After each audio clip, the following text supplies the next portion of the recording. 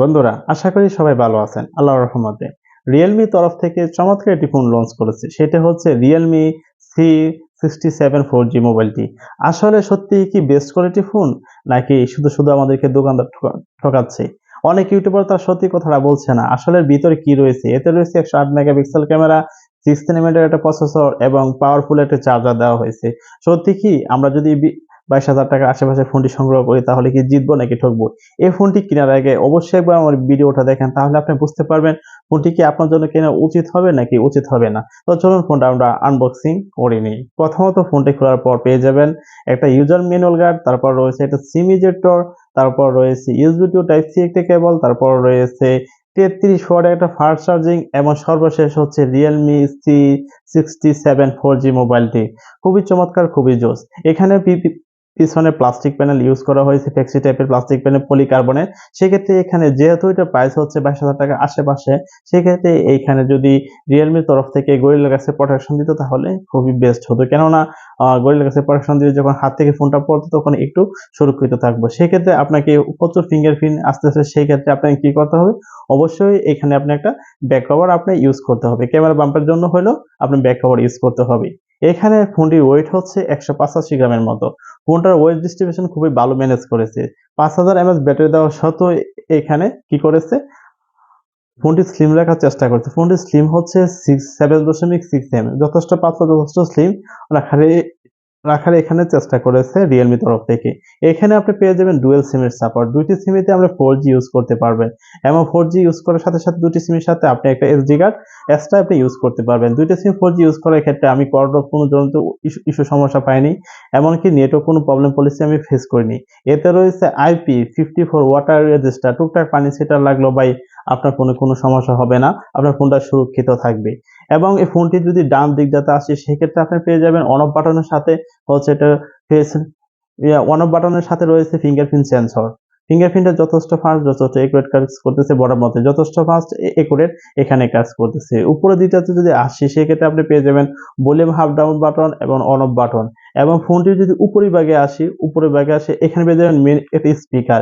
এখানে ডুয়াল স্পিকারের সাপোর্ট রয়েছে সেটা। এবং নিচের দিকটাতে যদি আসি, এখানে পেয়ে যাবেন হচ্ছে ইউএসবি টু টাইপ সি একটা কেবল, তারপর হচ্ছে earphone jack, primary mic, main speaker, যেটা ওখানে সবকিছু এখানে বেস্ট রয়েছে। প্রয়োজনীয় যে সেন্সরগুলা পোর্টগুলা রয়েছে সেখানে যথেষ্ট রয়েছে। এখানে IP54 রেজিস্টারের কারণে আমার কাছে এখানে ভালো লেগেছে, যেহেতু এখানে 20,000 টাকা আশেপাশে বা 22,000 টাকা আশেপাশে, সেই ক্ষেত্রে এখানে IP54 রেজিস্টার দিয়েছে। এখানে একটি ভালো কাজ করেছে Realme তরফ থেকে। এখন ডিসপ্লে সেকশনে আসি। ডিসপ্লেটা হচ্ছে IPS display, 90 hertz high refresh display. এর পিট ব্রাইটনেস হচ্ছে 800 নিটস। এর পিট ব্রাইটনেস 800 নিটস না দিয়ে 1000 নিটস দেওয়া দরকার ছিল। এর পিপিআই হচ্ছে 392। 392 না দিয়ে এখানে 500 পিপিআই দেওয়া দরকার ছিল। পিট ব্রাইটনেস 1000 বা 1100 দিলে ভালো হতো। যখন আপনি বাইরে কোথাও ঘুরতে যাবেন, দেখতে যাবেন, সেক্ষেত্রে আপনি একটু আলোজনিত সমস্যা হতে পারে। সবসময় সমস্যা হবে তা না। আপনার অতিরিক্ত রোদ দিকে ফোন চালাবেন না, রোদ দিকে দাঁড়িয়ে কথা বলবেন না, কারো সাথে ভিডিও কলে অডিও কলে কথা বলবেন না। সেক্ষেত্রে আপনার একটু সমস্যা নাও হতে পারে। সেক্ষেত্রে ফোনটির ডিসপ্লে সাইজ হচ্ছে 6.7 ইঞ্চি একটা ডিসপ্লে। ডিসপ্লের বেজেল বলতে খুবই কম রয়েছে। এখানে Realme যথেষ্ট চেষ্টা করেছে বেজেল খুবই কম রাখার জন্য। যেহেতু এখানে IPS 90 হার্টজের ডিসপ্লে ইউজ করা হয়েছে, এখানে IPS ডিসপ্লে না দিয়ে HD প্লাস ডিসপ্লে দিলে খুব ভালো হতো। ডিসপ্লে কোয়ালিটিটা একটু বেটার করলে ভালো হতো। এই ডিসপ্লে এই ডিসপ্লেতে একটা যে সামনে যে ক্যামেরাটা ইউজ করা হয়েছে, এখানে ওয়াটার ড্রপ একটা ক্যামেরা দেয়নি। এখানে 5 হলে একটি সেলফি শুটার দিয়েছে। যদি ওয়াটার ড্রপ দিত তাহলে ফ্যাকাশে হয়ে যেত। এখানে ওয়াটার ড্রপ ক্যামেরা দেয়নি। এখানে 5 হলে একটা ক্যামেরা সেটআপ দিয়েছে, যথেষ্ট সুন্দর ও একুরেট রাখতেছে। কেননা যখন ডিসপ্লে বেজলটা কম, যে ক্যামেরা বাম্পার দিয়েছে সামনে সেটাও খুবই ছোট দেখাচ্ছে। এখানে ডিসপ্লে মার্ক হিসাবে আমি 100 থেকে 100 দিতে পারি। যেহেতু এটা বড়সড় ডিসপ্লে, আপনি মুভি দেখেন, ভিডিও কনজিউম করেন বা ফেসবুক চালান, টিকটক ইউজ করেন, কোনো সমস্যা, কোনো প্যারা আপনাকে খেতে হবে না। কিন্তু একটি প্যারা আপনার যেটা হচ্ছে, যদি বাইরে কোথাও ঘুরতে যান, সেক্ষেত্রে আপনার যদি অতিরিক্ত আলো লাগে, সেক্ষেত্রে আপনি একটু আলোজনিত সমস্যা আপনি পেতে পারেন। এতে রয়েছে আপনার 108 মেগাপিক্সেল ক্যামেরা। পিছনের দিকটাতে রয়েছে 108 মেগাপিক্সেল ক্যামেরা, পাওয়ারফুল ক্যামেরা। তারপর রয়েছে একটা 2 মেগাপিক্সেল ক্যামেরা। এই 108 মেগাপিক্সেল ক্যামেরা দিয়ে যদি আপনি ছবি তোলেন, ওভারঅল ছবিগুলা খুবই ভালো আসতেছে। নাইট মোড দিয়ে যদি ছবি তোলেন মোটামুটি ভালো আসতেছে। অন্য ফোনের তুলনায় রিয়েলমির সাথে যদি অন্য ফোনে কম্পেয়ার করতে যায় সেক্ষেত্রে আছে ইনফিনিক্স আছে, টেকনো আছে, তারপর আছে ভিভো আছে। তাদের তুলনা থেকে এই যে 108 মেগাপিক্সেল ইউজ করা হয়েছে এখানে যথেষ্ট ফাস্ট, যথেষ্ট একুরেট হয়েছে। আমি ক্যামেরা দিক দিয়ে মার্ক 100 থেকে 100 দিতে পারি এবং এই 108 মেগাপিক্সেল ক্যামেরা দিয়ে আপনি 3x মতো আপনি জুম করতে পারেন। যদি আপনি 3x মতো আপনি জুম করে ছবিটা তোলেন, ওভারঅল ছবিটা কিন্তু শার্পনেস খুব সুন্দর লাগবে, একুরেট লাগবে। আর যদি 1x এর জুমের ছবি তুলেন দূর থেকে তাহলে ছবিটা একটু বুঝতে আপনার সমস্যা হতে পারে। এবং ফ্রন্টে রয়েছে 8 মেগাপিক্সেল ক্যামেরা। এই 8 মেগাপিক্সেল ক্যামেরা দিয়ে আপনি ওভারঅল ছবিগুলো আপনি তুলে নিতে পারবেন। এমন ছবিগুলা একটু কালার জনিত সমস্যা আছে যেহেতু সামনে 8 মেগাপিক্সেল ইউজ করা হয়েছে। আজকালকার দিনে দাঁড়িয়ে এখানে 8 মেগাপিক্সেল না দিয়ে ফ্রন্টে 16 মেগাপিক্সেল বা 32 মেগাপিক্সেল ভালো একটা সেলফি শুটার দিলে এখানে ভালো হতো। এবং ফ্রন্টে যে ক্যামেরাটা দিয়েছে 8 মেগাপিক্সেল সেই ক্যামেরা দিয়ে আপনি 1080 তে আপনি 30 এফপিএস এ ভিডিও করতে পারবেন। পিছনে যে ক্যামেরাটা দিয়েছে 108 মেগাপিক্সেল সেটা তো 1080 তে 30 এফপিএস এ আপনি ভিডিও করতে পারবেন। এখানে আমার কাছে দুঃখ লাগলো ভাই যে পিছনে যে ক্যামেরাটা রয়েছে সেটা দিয়ে আপনি যদি 4K তে ভিডিও করতে পারতেন তাহলে সবথেকে বেটার হতো। এতে রয়েছে আপনার 5000 এমএএইচ একটা ব্যাটারি, 5000 এমএএইচ ব্যাটারি রয়েছে। 5000 এমএএইচ ব্যাটারি এবং 33 ওয়াটের একটা ফাস্ট চার্জ। এই 5000 এমএএইচ ব্যাটারি দিয়ে যদি আপনি কথাবার্তা বলেন বা টুকটাক গেমিং-টেমিং করেন বা মুভি-টুভি দেখেন, মিডিয়া কনজিউম করেন সেক্ষেত্রে আপনি ব্যাটারি ব্যাকআপ পেয়ে যাবেন অনায়াসে 2 থেকে 2.5 দিনের মতো।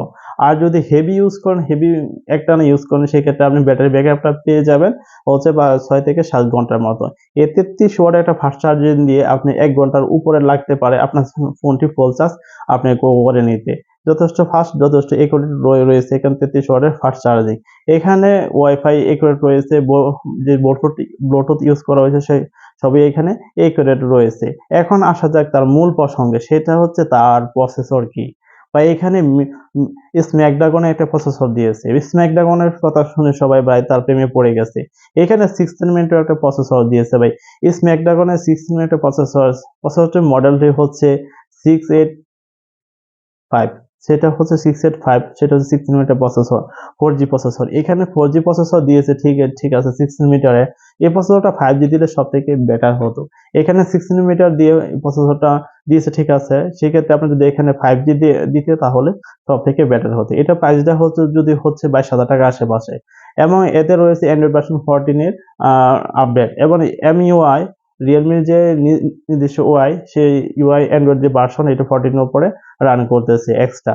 এখানে যে আপনি যে 16 মিটার প্রসেসর দিয়ে আপনি যখন আপনি গেম খেলবেন পাবজি, ফ্রি ফায়ার, আমি হিটিং জনিত ইস্যু সমস্যা একটু থাকতেই পারে। এখন শীতকাল তেমন হিটিং জনিত ইস্যু পাইনি। আমি হেভি আবার গেম খেলি না ভাই। যারা হেভি গেম খেলে একটানা গেম খেলে 2 ঘন্টা 2.5 ঘন্টা তাদের একটু ফ্রেম ড্রপ হতে পারে বা একটু ল্যাগ হতে পারে। এটা কোনো সমস্যা নেই। অতিরিক্ত ল্যাগ বা অতিরিক্ত ফ্রেম ড্রপ ইনফিনিক্স বা টেকনোর মতো অতিরিক্ত ফ্রেম ড্রপ পাইনি। এবং যে হিটিং ইস্যুটা এখানে রিয়েলমি ভালো ম্যানেজ করেছে। এখানে খুবই একুরেট কাজ করছে প্রসেসরটা দিয়ে। কিন্তু স্ন্যাপড্রাগন প্রসেসর মিডিয়ার দিক থেকে একটু বেস্ট।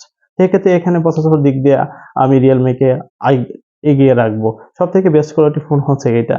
যদি এর প্রাইসটা হতো 19 থেকে 20,000 টাকা আশেপাশে তাহলে সবথেকে বেস্ট কোয়ালিটি ফোন হতো আমাদের জন্য। এই ফোনটি কাদের জন্য?